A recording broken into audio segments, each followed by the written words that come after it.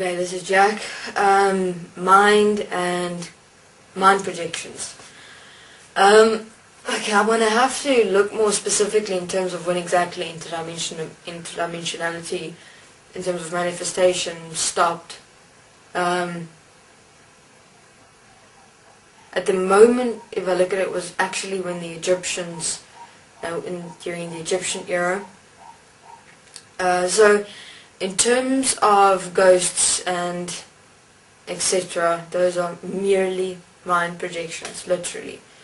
Mind projections are quite simple. It is the integration of a dimensional being into a human being. Not completely though, just basically the mind area, just a walk-in of the mind. And then the being takes you to a place in your mind, okay? Now it causes a dimensional shift. In other words, your reality, let's say you're sitting in your living room, for instance.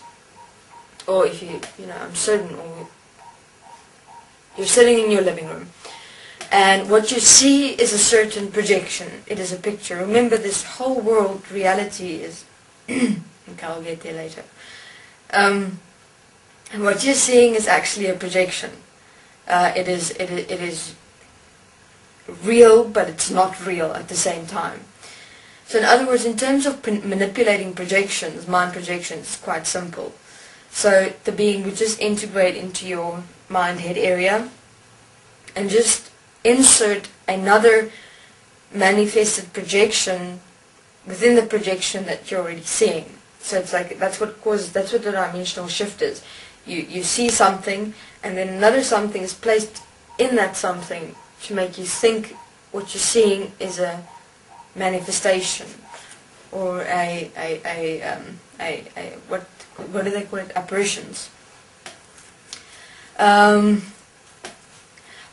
this was mostly just to keep beings alive, busy, occupied, having fun. I mean, the beings enjoyed, the dimensional beings. But they first, of course, had to ask permission. All and every single dimensional being that wanted access here on Earth in any way whatsoever first had to go by Anu personally. Anu was basically the god now of Earth and the dimensions and existence in its entirety, because everyone feared him and his race. Actually, they became real mean bastards. So they had to ask permission, and when they asked permission, they would be, approved or declined, depending on how much what you're going to say enslaves the human beings. The more the words that will be spoken by the dimensional beings enslaves and screws them over even more in terms of directing them to down the incorrect path. It's like going wrong way, right way, but making the wrong way the right way. It's interesting. And so, for instance, people, I know this is difficult, but it's how it happened. In other words, anything that you've seen in terms of manifestations of ghosts or apparitions, things like that, happens through your mind. No being had actually ever been able to manifest here on Earth since Anu and them. That you're able to, it's interesting that you're able to have a being seem manifested here on Earth if you have a collective.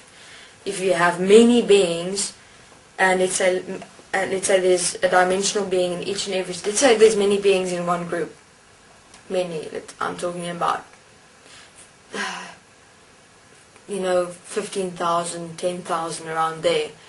Now, there's 10,000 beings, for instance, 15,000 beings, human beings on Earth, and then there's 15,000, 10,000 dimensional beings having the same projection, manifestation of this environment these 10, 15,000 beings are seeing, and they want to actually manifest what seems like an actual human being. That's how it's done in that way. So, in terms of any manifestations of actual human beings, it's never worked that way, ever. I know I've been in existence for aeons of time. So that's how mind projections work, which is apparitions and ghost manifestations and presumably human beings that manifest. So next I will cover channelings to see how that worked exactly, and then we'll see what happens next. Thanks, this is Jack.